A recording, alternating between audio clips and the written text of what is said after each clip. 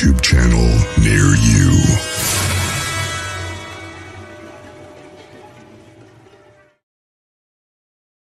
What is going on, everybody?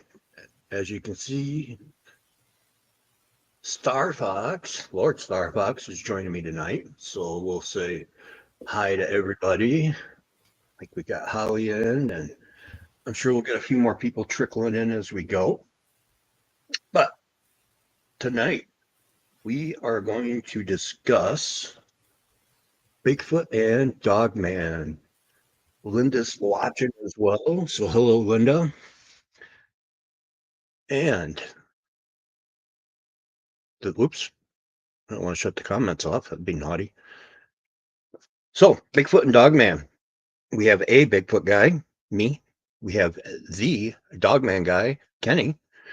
Lord Star Fox on his channel. So let's have Lord Star Fox introduce himself and where we can get a hold of the Dogman contact or Dogman videos and other creepy tales. Why, hello, Mr. Barber. I appreciate you awakening me from my slumber. I've been trying to dodge the good old sunlight and just work on a bunch of stuff today, like always. Yeah, it's starting to churn for sure. And thanks for everybody joining. And to answer your question, well, you, myself, and the good old squad, we're pretty much everywhere now. So if people want to chime in on YouTube, you can find me under Lord Star Fox, Lorde Star Fox, or even easier, type in Midnight Lycanthropy.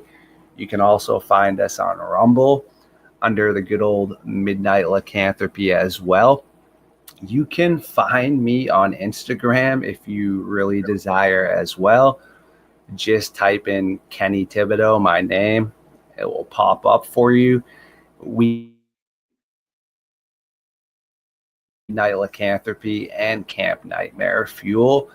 And just as of last night, yes, I am finally up on TikTok as well, and just trying to get a little bit more stuff churning out that way. And what's pretty cool is one of my really good friends and basically like a big brother and educating me a ton on indigenous culture is the good old Lakota medicine man.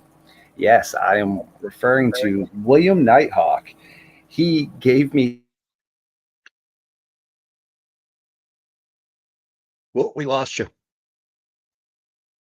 populated place, so everything I could think of, no pun intended, had been spoken for.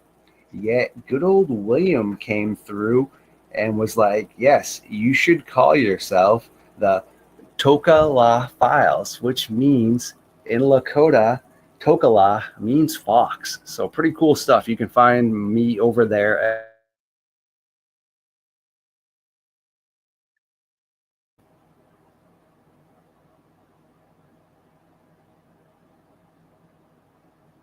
Uh-oh, Kenny's gone silent.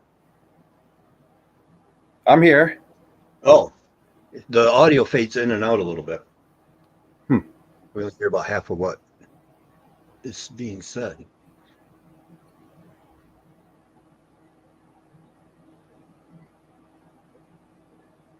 But hopefully that's just a temporary issue.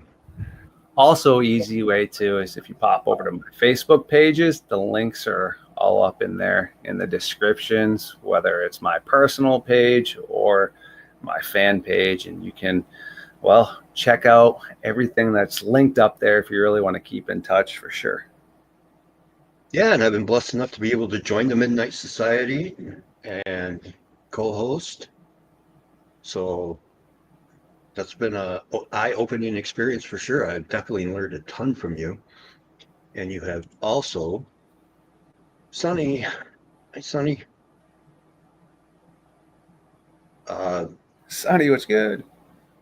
You have also taught me a little more how to keep my feet grounded and just ask a few more questions before the jump. Appreciate you, man, with the kind words. Yeah, I try to be a healthy skeptic of the group, meaning I'm always open to learning new things and changing my thought process and making sure that I am being a good journalist and paying attention to good science. Yet I really just like to be shown things as well when I'm diving into something. That way, it makes me a little bit more comfortable giving my stamp of approval or disapproval on something, which is why, yes, I always just try to step inside and outside of the box and be like, all right, well, let's start with potentially what could naturally be occurring here first. Yet 98% of my squad is either involved in other paranormal research or have had paranormal or cryptid experiences themselves. I have never had that again. So, yes, I pretty much am the healthy skeptic and trying to be as scientific minded as possible. No, and I appreciate that, because what that does is when you ask the harder hitting questions is makes me come up with better answers, and also aids me in future endeavors as to ask more questions as far as debunking. So, all the help is appreciated for sure. Lenny's in the house. Lenny's always a fun one. But yeah, so tonight, your interest and profession pretty much now, leader or co-leader, am I right? Co-leader of the NAPD? Well, that's some pretty big boy stuff right there. Sure, we can go with I definitely try to help out Jody and the NADP as much as possible while still doing everything I'm trying to do as well.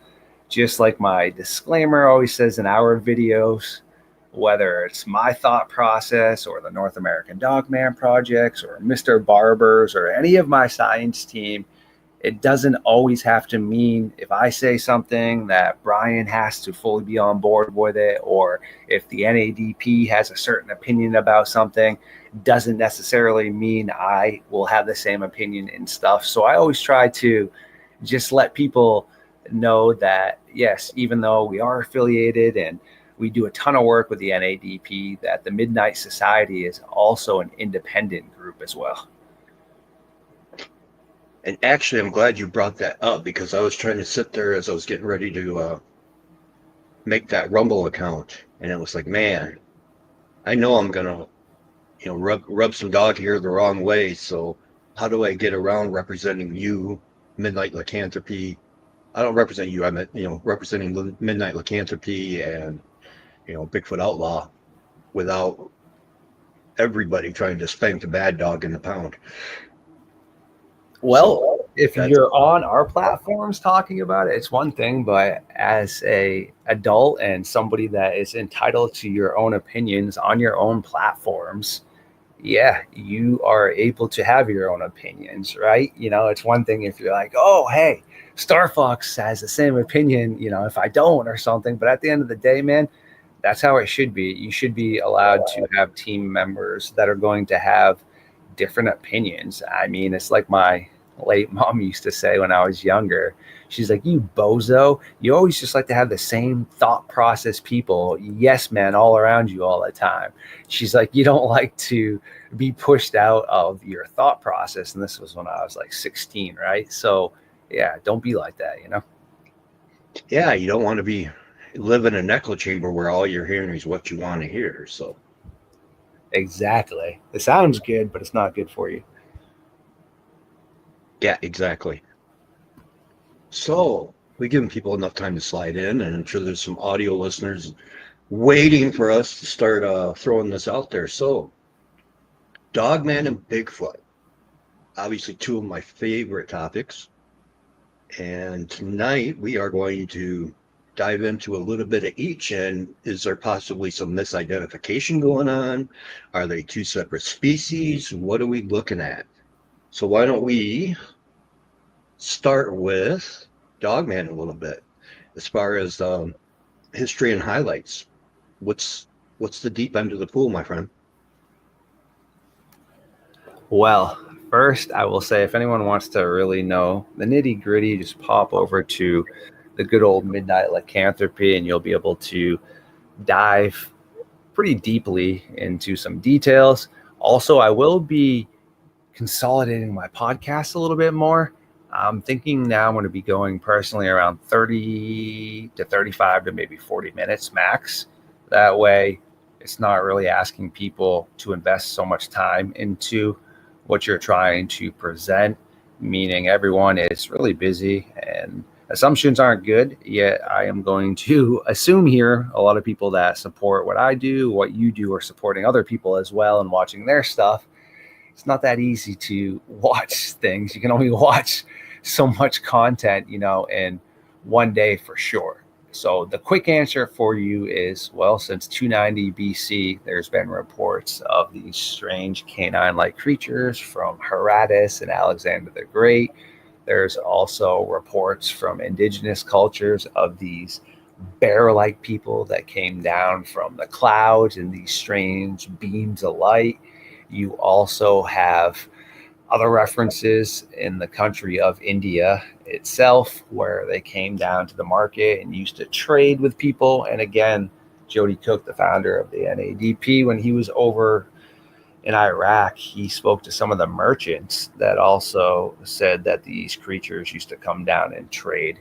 Pretty bizarre stuff. So that would be your quick overall answer to what you asked without having to deep dive into like a 45-minute conversation.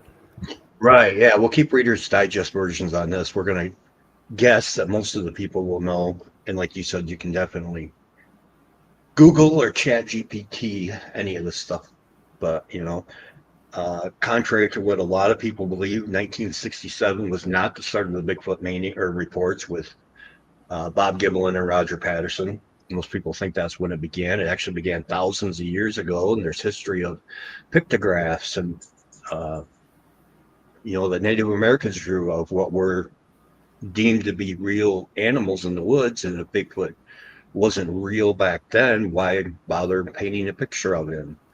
And it goes down through, as you said, Native American culture, where they talk about, the mountain people coming down, and depending on the locations, sometimes they were good interactions and a lot of times they were bad. A lot of times when they heard the thumping in the woods, the indigenous people would turn around and get ready because they knew at nighttime that the Bigfoot were coming down to raid their village for food, women, whatever they could get their hands on. But the real mania started, as I stated earlier, with 1967 and Bob Gimlin and Roger Patterson. You got the, famous Patty footage. And since the shows come out, now you're getting more and more people coming forward with their experiences. So we're kind of in a prime time for you and I, because all these things are starting to come to light. And, as you said, Dogman goes back a long time. It sounds like it predates or comes Bigfoot. So the fact that indigenous people are talking about both kind of makes you think they might be different. Yeah, some gnarly stuff right there for sure. And just another quick little disclaimer is to everybody out there, I am not an expert at anything. I am a journalist. I just try to present things that I find have merit and credence after involving my squad to try and figure out why. And I personally think anybody in life that says they're an expert are people you should want to stay away from. If somebody wants to give you a kudos and says you are an expert, sure, very kind words. Yet if someone ever introduces themselves to you as, hey, I'm an expert this, nah, I'm all set. Meaning you've got to the point now where you feel that you know everything, right? Meaning an expert thinks, hey, I'm an expert. I don't need to learn other things. Yet you should always be trying to evolve and learn no matter what you're doing, right? And any of the great people out there that are successful, A lot of them will have those same mind frames too. Quick question for you, man. You're the Bigfoot guy. Correct me if I'm wrong. Didn't the whole term Bigfoot start with that guy that him and his cousin or his cousin and his kid or something were trolling him around his landscaping company, basically, where they were putting down the fake footprints? And that's where the term Bigfoot was dubbed, right? But not Sasquatch and any of the indigenous terms. But the actual term Bigfoot was actually based off a hoax. The proclaimed hoax, yeah. So there's still 50-50 on that one, but that's right. It was 1959, 56 or 59. And they had a press conference showing those casts. Mm-hmm. And one of the reporters said, "Wow, that's a Bigfoot." Yeah. And history is made from there, kind of like Linda Godfrey and Dogman. Yeah, I've always found that to be pretty humorous, to be quite honest with you. How do you personally feel about that? Myself, I think I've seen enough where I think those dudes were probably responsible for the ones around that area. Okay. Meaning they were known tricksters. They like to play pranks on their whatever he was, uncle. But can that be for everything else? Of course not. Yeah, in that area, from the casting I saw, the footprints don't really look like any sort of articulation in them. They just look like they were hoaxed. And correct me if I'm wrong as well. Didn't Meldrum come out and say he didn't really like that either? I don't know on Dr. Meldrum, but when I look at those, I wonder the same thing, because they do look different than other prints. Mm-hmm. And the other prints seem to be more consistent with each other than they are with that particular cast. Yeah, it just looks stiff, like you were saying, like when you step down and stuff. I mean, I'm on a tracker. I have trackers, right? Like Nuxiom and such, and Ellie Steedman, William Nighthawk. Yeah, I know enough from them that you can tell when something's got motion, if it's gripping the ground, right? So, I mean, unless this Bigfoot or Dogman had the worst case of plantar fasciitis of all time and they're just plank feet, wouldn't that not be successful? You kind of need to have articulation in your feet to be running through rocks and terrain and such, right? You can't just have plank feet. Yeah, exactly. And even the paddy tracks, which are from the same area, are different than those tracks. So it does make you question the legitimacy of those, without a doubt. You know, you sent me some tracks, I sent some tracks for you to show those later, as far as trying to define, what these two things are. Are they similar? Are they different? So, Midwest Bigfoot researcher Randy, how you doing? Um, so you sent me some awesome pictures, and what I'm going to do is I got a couple that are going to make us both kind of scratch our head too. But let us look at some of the definitive, to me. Yeah, what I think you should do too, man, is just give your thoughts first. And then Yep. once you would like to hear potentially the conclusion I feel or some others I work with, definitely let me know. Yeah, you bet. Let's see.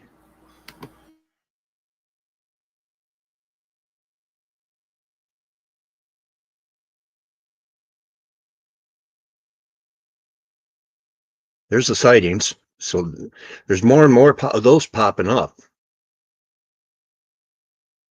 So, and ironically, they're in the same area as what the Bigfoot ones are coming up. So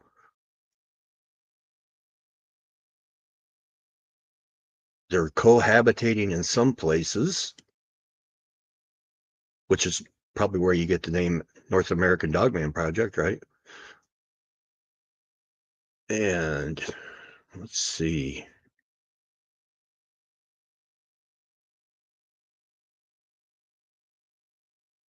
No, here we go.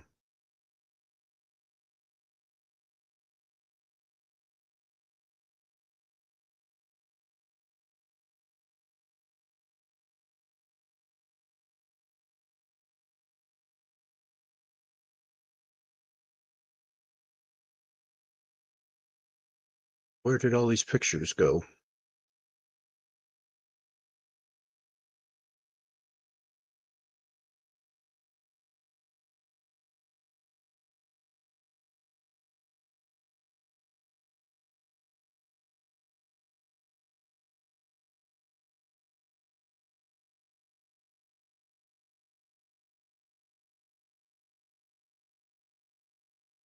That is so weird. They're in your thread, man. You should just be able to resend them to yourself, dude, through that. No worries, man. Yeah.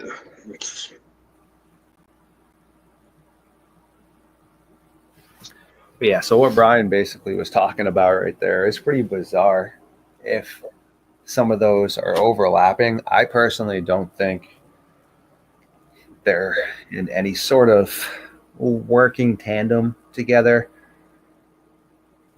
Maybe if we are talking about something that's ape based or primitive human, yeah, they've been known to take puppies and wolves and raise them so as they get older, these apes can defend themselves.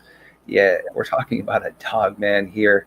I'm not really down with that. I also don't think personally they would live really so much in the same areas unless it was Africa or Australia where these predators are forced to be in small proximities. If you look at North America, for the most part, yeah, you have some spots where grizzlies and wolves and mountain lions are in the same area, but not really necessarily the same areas. If you look at their hunting spots, it will still differentiate. So sure, they might cross a path, but yeah, I don't think they are just teaming up. But also, again, like Brian has said, we can be talking about some misidentifications. Yet I'm going to throw it back to you because, yeah, this is a pretty gnarly one too. Yeah, this picture's pretty.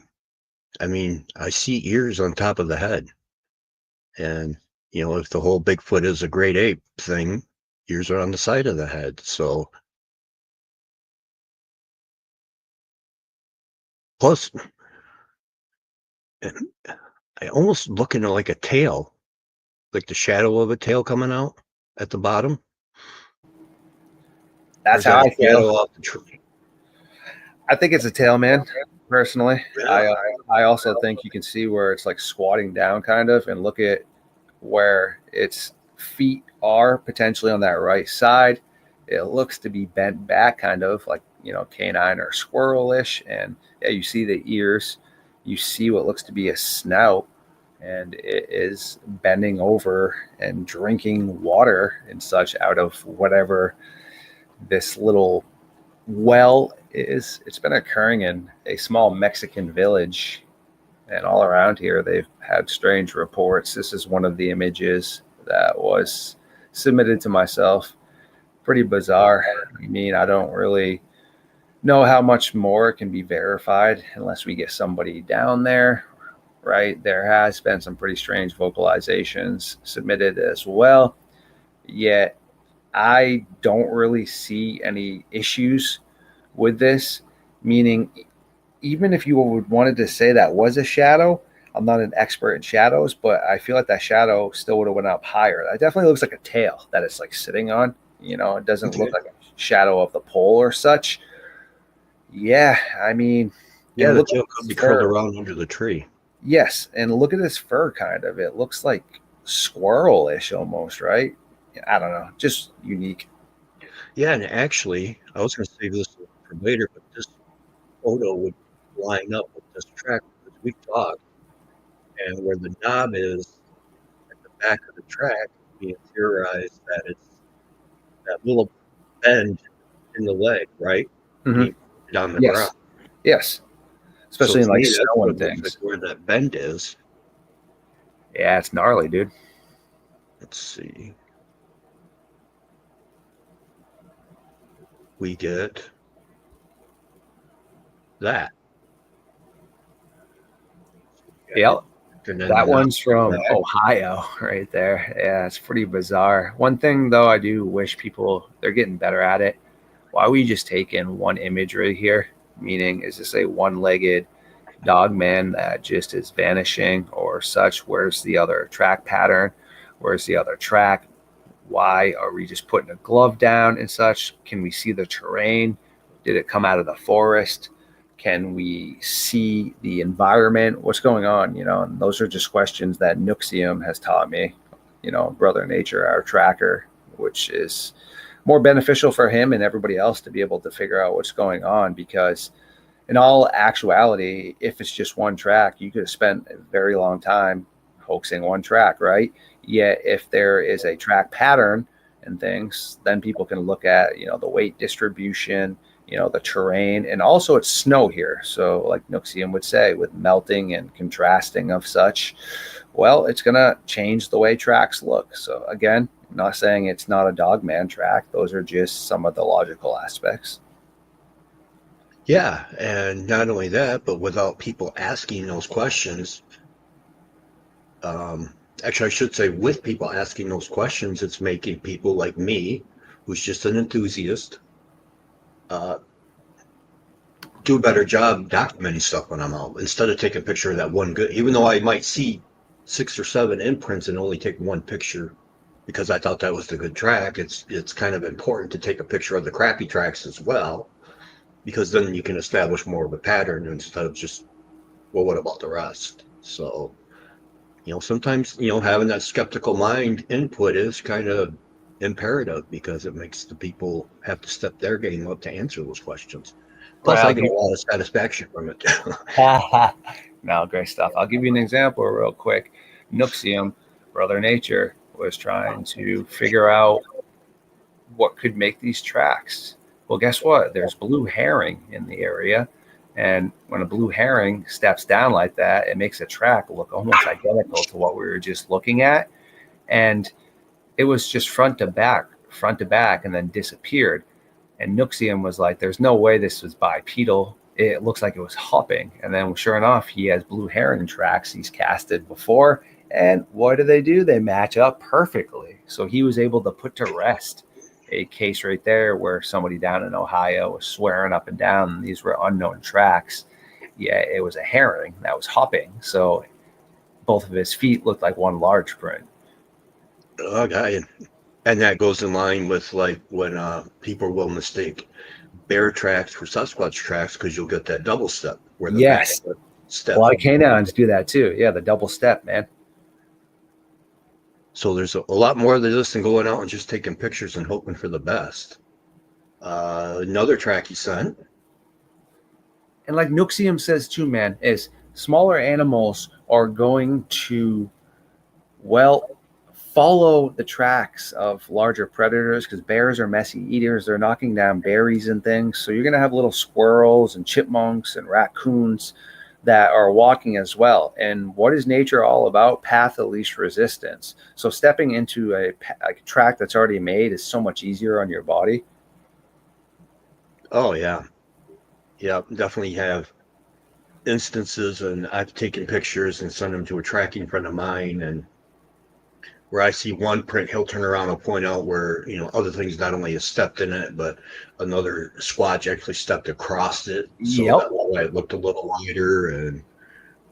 But, takes a lot of, you got to learn what you're looking at. And that's why I like to take so many pictures, and that way I can send it before I say anything or post anything and not look like a complete tart muffin. I don't have to swallow as much crow when I'm willing to listen to other people and get their opinions. So, preach right there. This picture actually, too, my guy, at first is much love to Jamie. He's recovering from, a widowmaker almost. He is super healthy, always been healthy, but found out poor genetics in a certain aspect caused him to have something that led to what just happened. He's recovering. It's going to take him a while, though, to get back out and do everything he's been doing. So good vibes to him and much love. This is not the only picture he sent me. There are numerous pictures he sent me where there is a track pattern. There are castings. There is examples of something being bipedal and squatting down near the water where he thought it was digging for clams, freshwater clams in this area. Also, the Shenango Valley is located basically in a old military reservoir training area. So there's some like abandoned kind of structures in there and such. But yes, he found these tracks, man. And if I was going to pick any tracks we have on file that I would be willing to say are probably some of the most legit, if not the most legit I could present to somebody, would be something like this. Because now look at the way his wife's foot is standing there and the way this thing's foot is. If you were going to be bipedal, you have to have a foot design like that. You cannot be a dog type foot, right? The pad that a lot of people just want to take of a normal dog can't walk like that. Okay. It could hop a little bit. And, there is a case of one dog that didn't have its front legs that adapted to that, but it had like such a strange way it stood and it couldn't always just consistently walk long distances like that. Again, if we're talking about something that is going to be canine based and bipedal, in my opinion, his foot's got to look like that. Yeah, and again, there's a little knob in the back. Yeah, the extra claw for like gripping too. Yeah, so another good example. And then when we turn around and let's get the Dogman stuff out first. Actually, we'll compare track to track because now you have something like this, and I can verify this one, because I took the picture. And why is the stick there? The stick was broken intentionally because I didn't have a tape measure with me. So I did mark the stick and measure it, and marked it and took it home where I had a tape measure and measured it, and we had 17 inches. So by looking at tracks, we have to come with, it's definitely very, very different as far as, foot mechanics, the size and shape. The Dogman, we've got this with the definitive claws and the different pads as far as the toes go. And then we got this. So definitely different as far as tracks. We also have another one that you'll be happier with because we have multiple tracks. Boom. There we go. That good old track pattern right there. Yeah, those things are huge, man. There's definitely a massively big difference in between a Bigfoot and Dogman's footprint. I mean, it's not even close. Yeah, so, I definitely think we're talking different species, but I think we can get misidentification in, and we got some, it's funny because if you Google Bigfoot pictures, you get Patty, obviously, and then the rest are garbage. They're, fake Bigfoot costumes and stuff. There isn't any of the stuff you're seeing on the on YouTube. So I actually had to turn around and let's see.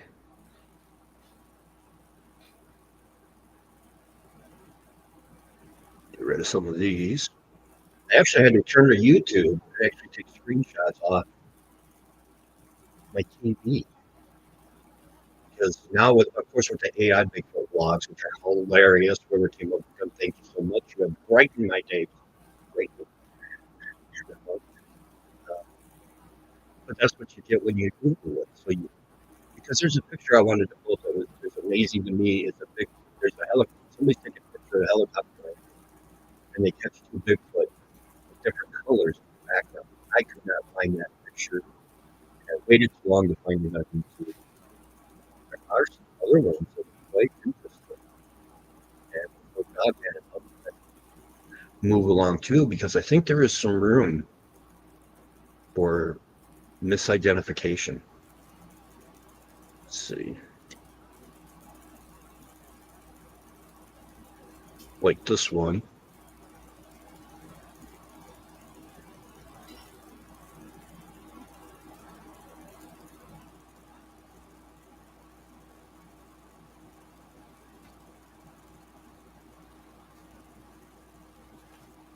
It's so weird. Every time I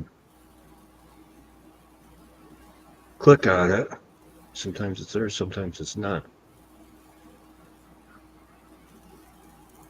There we go.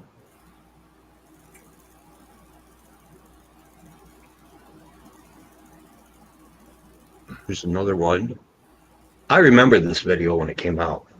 This was crazy.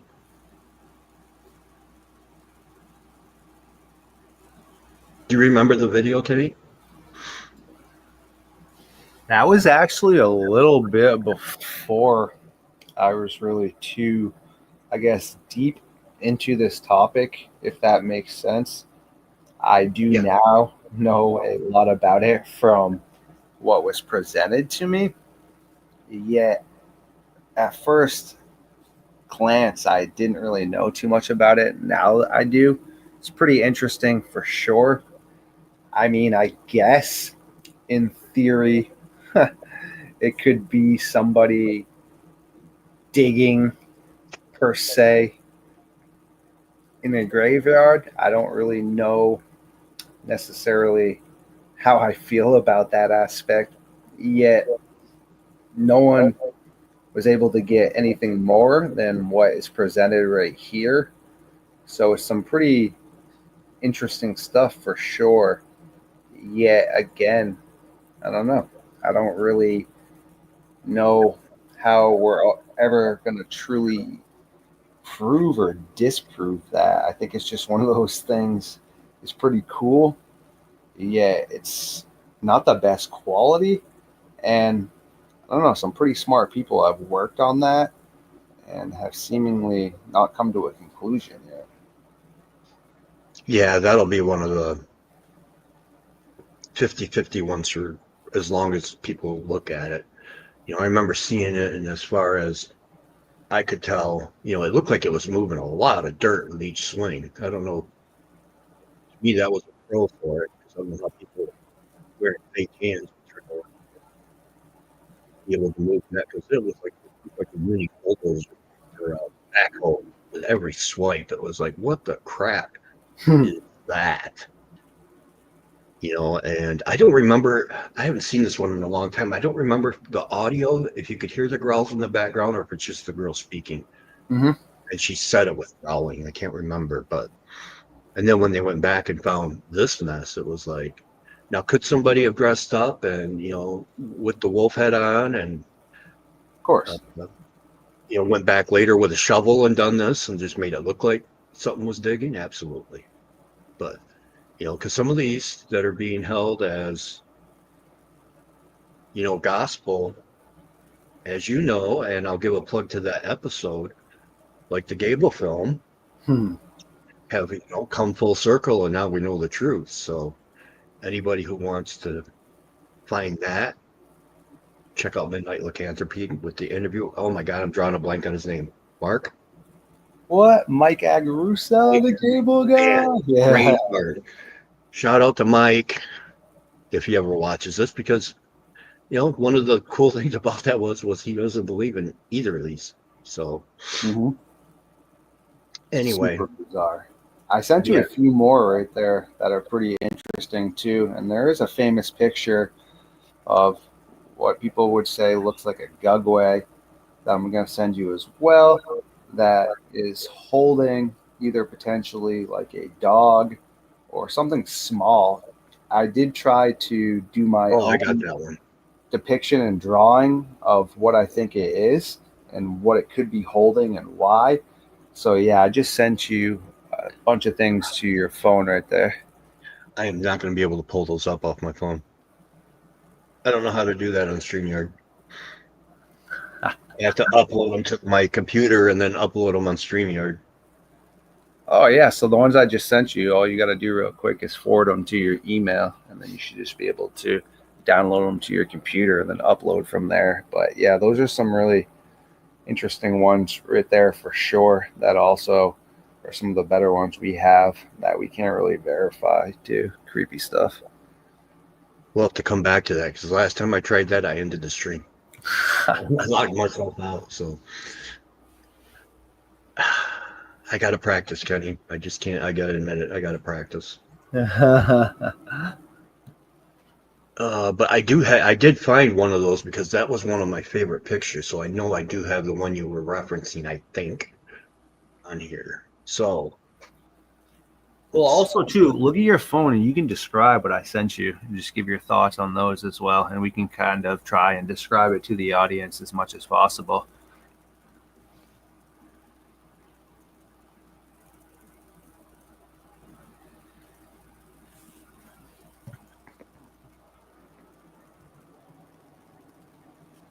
Nope. Nope. That's a good one. There's Patty. Still shots at one of those things as soon as you Google Bigfoot pictures.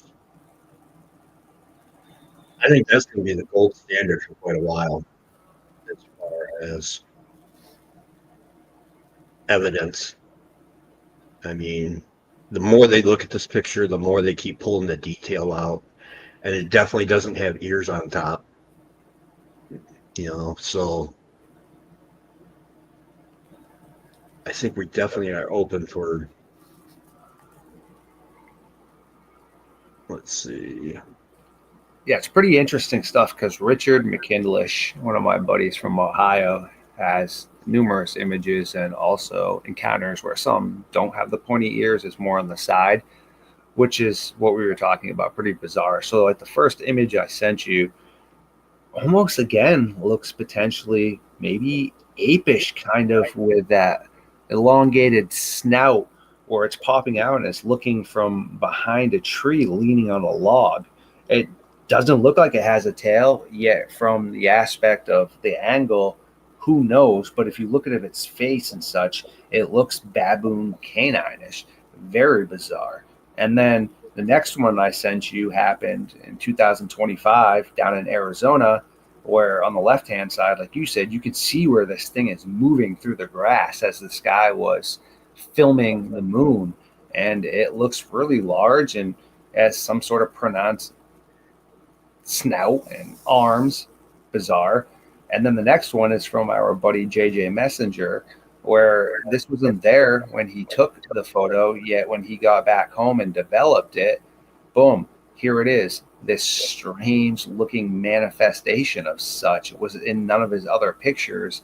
And this is in a graveyard where there's a bunch of encounters of Bigfoot and Dogman. And then you have a metal gate in an area where, I don't know, it looks rusty. If we had to get in there, I have faith you could probably do that. I mean, correct me if I'm wrong. If you don't think you could bend those bars like that, then I don't know. I mean, what healthy person or such would bend these bars to get into this underground area where there was all these strange animal bones? Bizarre. And then you have this interesting looking canine that has those really pronounced popped up ears that everyone talks about. Pretty interesting stuff right there. And then the one you have up on the screen right now is the last one I sent you, where I did some drawings, outlines of potentially what I think it's carrying. And the baboon face that I put up on there looks like this thing's face, and it potentially looks like it's carrying a dog or something or such with a tail. Yeah, and this is what I mean about the misidentifications, because this image right here and the first one where we just explained look very primate-ish. Yeah, it definitely looks like it's got more of the baboon with the snout, so that would Yes. fit into the, I mean, it doesn't look like it's got ears on the head, but if you just saw the face, I don't think I would take a face like that. I don't think I would take time to say, hey, has it got ears? Exactly. I think I would be out of there. And, then that falls into the gutway Bigfoot. So the two, I think, definitely can be crossed over because, like I said, I don't know how many people are going to stand there and try to, is that Bigfoot or Dogman? Either one is 8 feet tall, it's 800 pounds, and it's drooling. So Yeah, Wrench, maybe we should definitely leave. toss those over to us if you ever want us to look at things. I mean, I know my email's up in my page, and I, again, assume Ryan's got some sort of link for everybody to contact. So, yeah, if you ever have stuff you want us to look at or take another jump step above us, let us know. Barbara, what do you think of those pictures I sent you? I mean, do you think there's credence to any of those, or do you think anyone's are looking absurd to you, or what? Because, again, I find those pretty intriguing.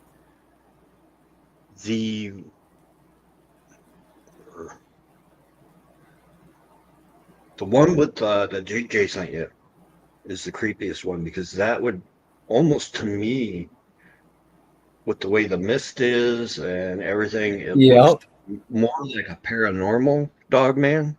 Which, if I remember right, doesn't Native culture say that they're guardians of the, you got Cerebus, so guardians of Yes, they the. do. A lot of them. Yep. And you do have a lot of paranormal sightings in graveyards and such with hellhounds. Yeah, pretty interesting. Yeah, and the other thing is you get that with Bigfoot too. It's, but like you said, I don't think they cooperate. I think they might occupy an area, but there's some kind of dividing line, like a mountain Mm-hmm. or a river or something like that. And I'm sure there's interactions where, no different than when a bear or wolves, brush paths and such. Yet, again, just like any other predators usually don't hunt other predators unless you're in a pack. But if you're something, very equivalent, I wouldn't, again, I can't prove any of this yet. I don't think it would end well for either side to have some sort of interaction from the descriptions of Sasquatch and such to the descriptions of these dogmen. Yeah, like what would be the point of that except for mortally wounding each other, eh? Right. I mean, there's a risk versus reward. If it's a territory thing, that's one thing where you get, but I think you would have more than one individual involved and, Mm-hmm. kind of a winner takes all as far as food resources go. But as Then we're far as, talking about like some chimpanzee stuff right there, man, because any other known predators like bears and wolves don't seemingly purposely hold those grudges where, if it was going to be a turf war and we're going to keep on doing this, correct? Like, well, that seems like some chimpanzee primate behavior, eh? right, which definitely puts into more of the great ape theory, Mm-hmm. possibly what's going on with Bigfoot. I mean, we're apes. People people tend to seem to forget that. Oh, Rebecca. Rebecca, what's Yeah, up? I haven't seen Rebecca in a long time. I'm glad to see her in chat. I hope everything's well. Oh, this one's an interesting one too. Again, I don't know, it looks like a tongue, right? Or something, and two eyes. Yet That's what I was trying to figure out. What was going on in this picture? we could also say this could be pareidoia. I don't know. I really don't know. I don't think it's been altered. I don't think it's purposely trying to be hoaxed. I think this individual saw this and was creeped out.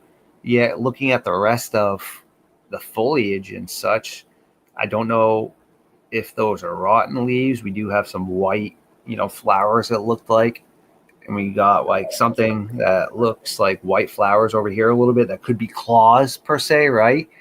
And also you got the green foliage kind of popping up. So if you look close enough, it could be green, and couldn't that be a healthier version of like a flower maybe or such? I don't know. But then on the other spectrum, yeah, it potentially looks like it has a pretty large snout, black nose, and its tongue out potentially with like these yellow kind of green eyes. I don't know. Interesting.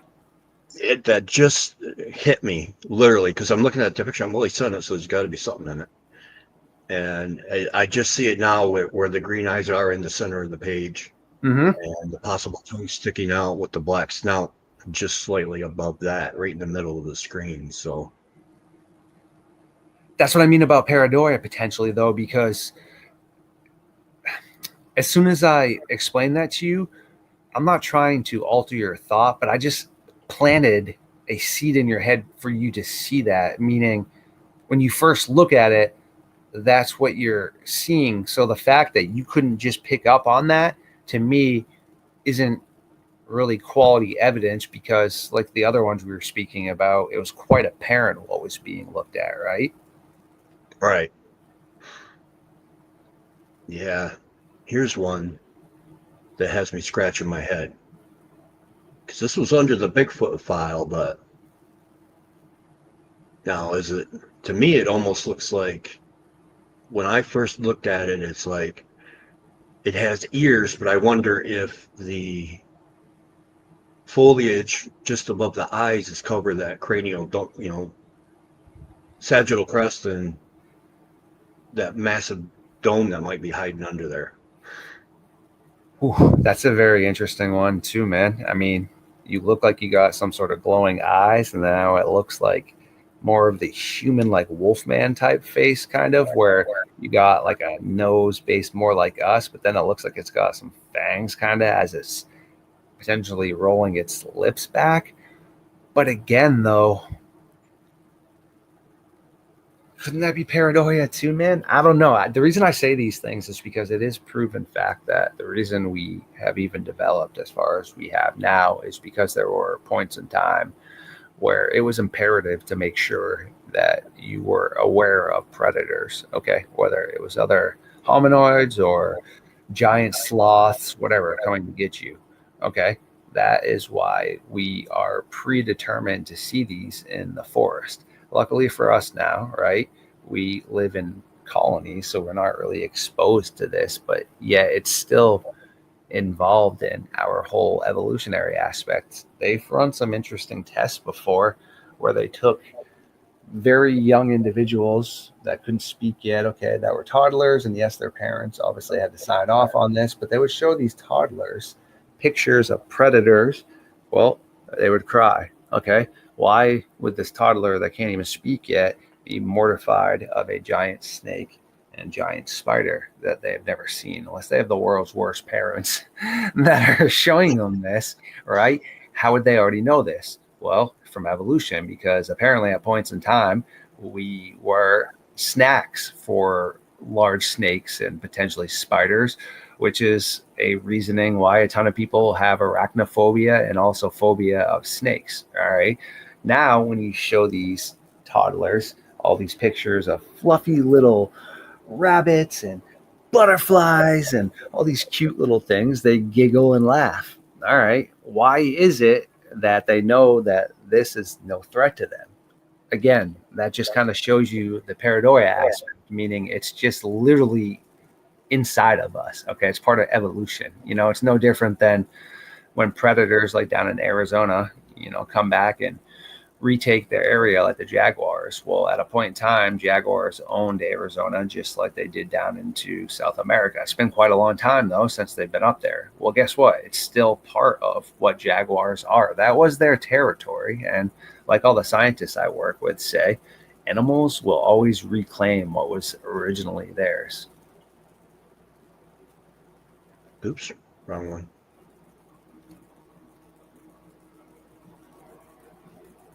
Yeah, I mean, I don't know why people have a hard time thinking there could be DNA memory transfer. I mean, you're getting 50% of DNA from one, 50% from the other.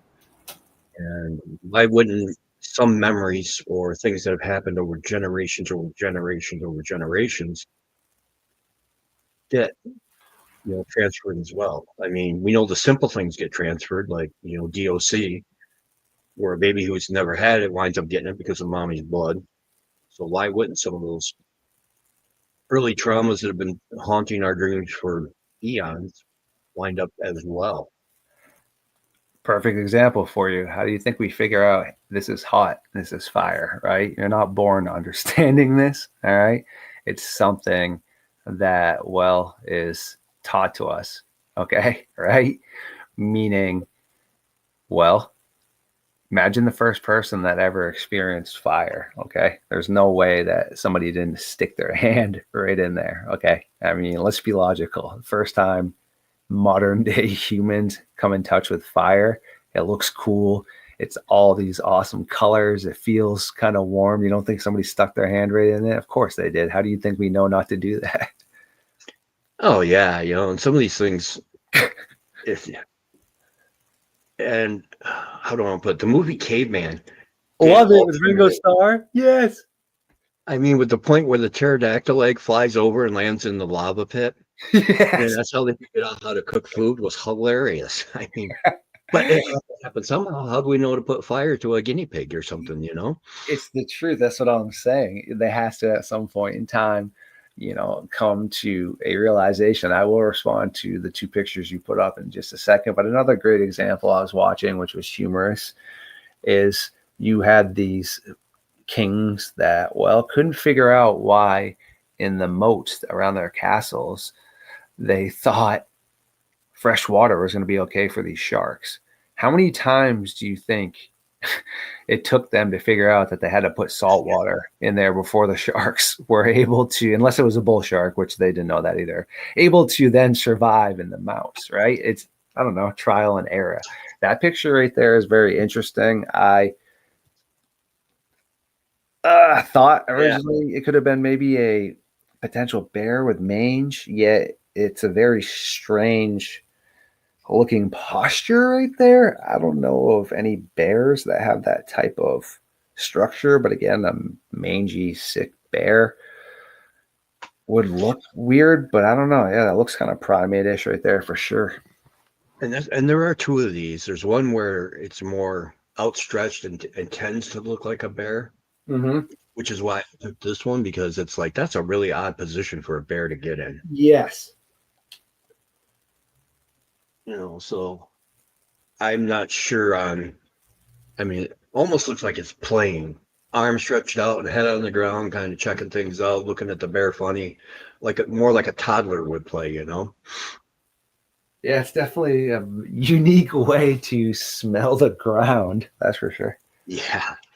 This one is a favorite of mine because I remember the video, and the kids are filming it, and then all of a sudden it realizes it's busted, so it stands up and sidearms a rock at them, and then I should say sidearms a rock and then stands up, and then that's when people shagged ass. So whatever that is massive. Yeah, that's some interesting stuff. That thing is pretty big right there for sure, dude. And maybe so as we wrap this up, I think we pretty well hammered that they are two different species, provided they're real, because the tracks are different, the obvious pictures are different, but is there They some smell different too, though. going on? Yeah. Like a lot of people will say that, you're going to know more than I do. There are some people that will say the smell of burning sulfur, which would seemingly be something more paranormal based, but it seems like a lot of people say the Bigfoot smell like dirty butt cheeks and the Dogman smell like a wet dog and rotting flesh, which is, well, I heard a story one time that these people were looking for a, predator based crocodile that was doing things to villagers, and as they got closer to it, they smelled this awful smell. They didn't know where the smell was coming from. They, traveled a shorter distance and found this massive crocodile basking in the sun with its mouth open. And that's what the stench was, right? Because obviously something that's going to eat meat all the time is going to have, stinky meat breath. I mean, look at your cat, right? I mean, yeah, kitty, no, get out of here, right? And cats are predominantly, carnivorous based, which I'm pretty sure all wild cats, just eat meat, man, as well. They're one of the only, species, whereas wolves are omnivorous and such. The same thing with bears. But if Sasquatch are going to be omnivorous, then their breath probably wouldn't smell that bad as well. And if they are more human advanced based and things, who knows, they might, brush their teeth or such, or I don't know, things like that. Whereas, like I said, Dogman just reek of dirty dog and decaying flesh. Yeah, normally the Bigfoot I forgot about the smell, so I'm glad you brought that up, because that is important. And when you got something that smells like sulfur compared to something that smells like hot garbage and wet dog at the same time, Mm-hmm. two different distinctions. I know where my experiences when I've had if it's a dead animal, then Stan, it what's up, stays dude? in that same area. But when you walk through it and then you walk back and it's not there, then you got something more going on, and it smells, like I said, like dog crap and garbage that have been baking in the hot sun for a week or so. Just horrific. You want to yak. And then when you step in it, it's worse. I can tell you that. But Yeah, I could definitely imagine. so yeah, well, we hit that magic time stamp. I think we could probably wrap this up. I know you're busy, and I cannot tell you how much I appreciate you because I know how valuable your time is. So Oh, thank bro, you so I much. always got time for you, man. You're part of my squad and one of my best friends, man. But yes, you are correct. I am super busy, but no, man, you always allot time and help out what I'm trying to do, man. So no, I always got time for you, dude. No worries. Well, I can't thank you enough. And thanks for everybody who's listening. Thanks for everybody who's going to listen. Lord Star Fox, put it out there one more time. Where can they find you, and where can they find you at? Sorry, I mispronounced that. Yeah, of course. You can find me pretty much on every large platform. All right. You can find Midnight Lycanthropy on YouTube. You can find it on Rumble. You can also find it on Spotify. You can find Camp Nightmare Fuel, which is Barb, Brian, and myself as well. Also on Spotify and Rumble. And you can find that on the good old YouTube playlist. Yes, I can also be found on LinkedIn if you need to get a hold of me. And I did get up on TikTok with a little bit of a push from my buddies.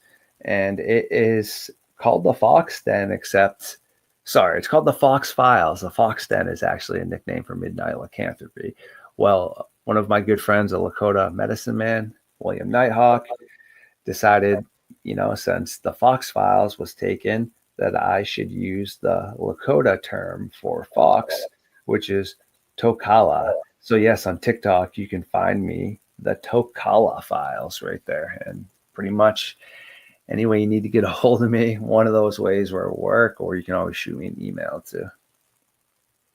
All right, my friend, can you hang out backstage for just a second so I can chat with you? Yeah, of course. All right. So, coast to coast, around the world, everybody have a good night, and we will see you next week.